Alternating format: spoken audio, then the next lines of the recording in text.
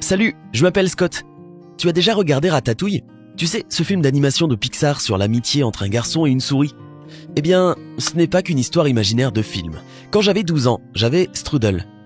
Non, pas la pâtisserie allemande, bien qu'elle soit vraiment délicieuse, mais un rongeur, un rat qui s'appelait Strudel parce que, Strudel était un rat bien en chair. Il est né d'un rat de laboratoire qui vivait dans ma salle de sciences du collège. Ils allaient se débarrasser des bébés, mais j'en ai adopté un et je l'ai ramené à la maison. Je me souviens encore de l'avoir tenu dans mes mains, cette petite boule chaude à la peau toute rose et sans poils. Il a vite grandi et est devenu très poilu. Strudel m'adorait. Il se faufilait dans mes vêtements et courait partout là-dessous. Chemise, pantalon, chaussettes, sur mes épaules, au-dessus de ma tête. Quand il faisait ça, ça me chatouillait, me faisait rire. Et parfois, il sortait sa petite tête sans prévenir et il arrivait facilement à effrayer la plupart des gens. De temps en temps, je l'emmenais avec moi à l'école pour qu'il ne se sente pas trop seul et emprisonné à la maison. Il se cachait dans mon sac à dos pendant les cours. Je lui avais laissé un petit trou pour qu'il puisse respirer et regarder ce qui se passait à l'extérieur. Je le nourrissais aussi avec les encas que ma mère me donnait. Chaque fois que je le montrais à mes camarades de classe, la plupart des filles me disaient « Trop mignon, je peux le tenir ?» Une fois, il a réussi à s'échapper et a couru partout dans la classe comme un fou, se cognant contre les pieds de mes camarades de classe et faisant peur à notre prof, Madame Robinson. Si seulement tu avais vu sa tête à ce moment-là. En fait, elle était allergique à la fourrure et ne supportait pas les animaux en général. Certains des garçons n'aimaient pas trop Strudel non plus. Ils ont commencé à penser que j'étais une sorte de fanatique des rats et j'ai fini par être surnommé le garçon au rat. Ils étaient peut-être jaloux que Strudel et moi ayons attiré toute l'attention des filles. Ce n'est pas que je me souciais trop de ce que ces types disaient ou pensaient, c'est juste que pour moi, il n'était pas vraiment un animal de compagnie, mais plutôt un ami. J'adorais le regarder dormir paisiblement, il avait ses petits ronflements de rat. Je me sentais en sécurité, tranquille et heureux de l'avoir à mes côtés. Le simple fait qu'il soit là m'a aidé à traverser certaines de mes périodes les plus sombres et à faire face à mes problèmes d'anxiété après la mort de mon père dans un accident de voiture, quelques mois auparavant. Parfois, Strudel s'échappait de sa cage et vivait dans les murs. Ça pouvait durer quelques jours. J'avais peur qu'il ne revienne jamais, qu'il s'installe avec d'autres rats ou qu'il se fasse tuer par un chat de gouttière maléfique qui n'avait rien de mieux à faire.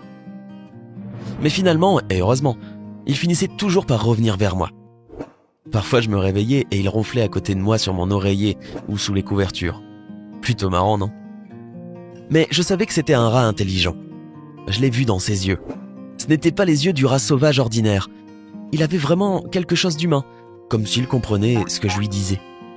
Il venait toujours quand je l'appelais, mais seulement pour moi. Je dois admettre qu'il avait des problèmes de confiance.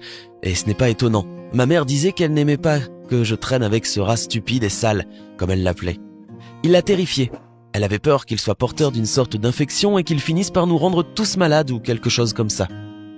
Surtout quand il vivait dans les murs. Ma mère est une vraie parano. C'est quoi l'extraterrestre des films d'horreur qui va se faufiler dans ta bouche pendant que tu dors et te manger à l'intérieur? Non, c'est juste un tout petit rat qui court partout sans faire de moindre mal. Il y a eu une fois où il s'est encore échappé et ne s'est pas montré pendant une semaine. J'avais vraiment hâte de savoir où se trouvait mon tout petit ami. J'espérais qu'il allait bien et qu'il avait peut-être créé sa propre colonie de rats quelque part dans les égouts ou qu'il avait épousé une jolie rate et qu'ils étaient ensemble en lune de miel à Paris à manger du fromage à la Tour Eiffel. Quelques jours plus tard, j'ai accidentellement entendu ma mère et mon frère chuchoter quelque chose. Je ne savais pas ce que c'était, mais j'ai senti qu'il se passait quelque chose de grave. Les jours passaient et Strudel était toujours introuvable. Un jour, je suis rentré de l'école et mon frère est venu me voir et m'a dit qu'il avait trouvé Strudel noyé dans les toilettes. Les toilettes? Qui se noie dans les toilettes?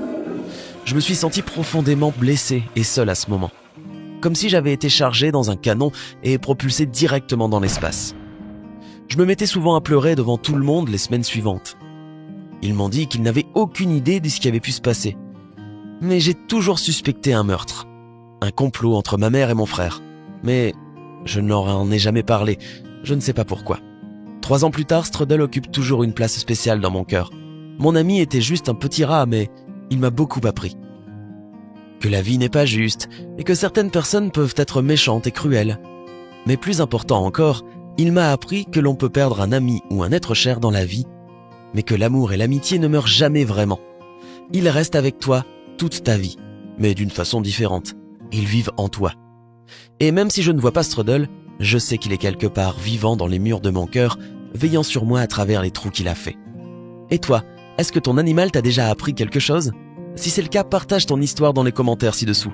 Like cette vidéo et abonne-toi à notre chaîne YouTube.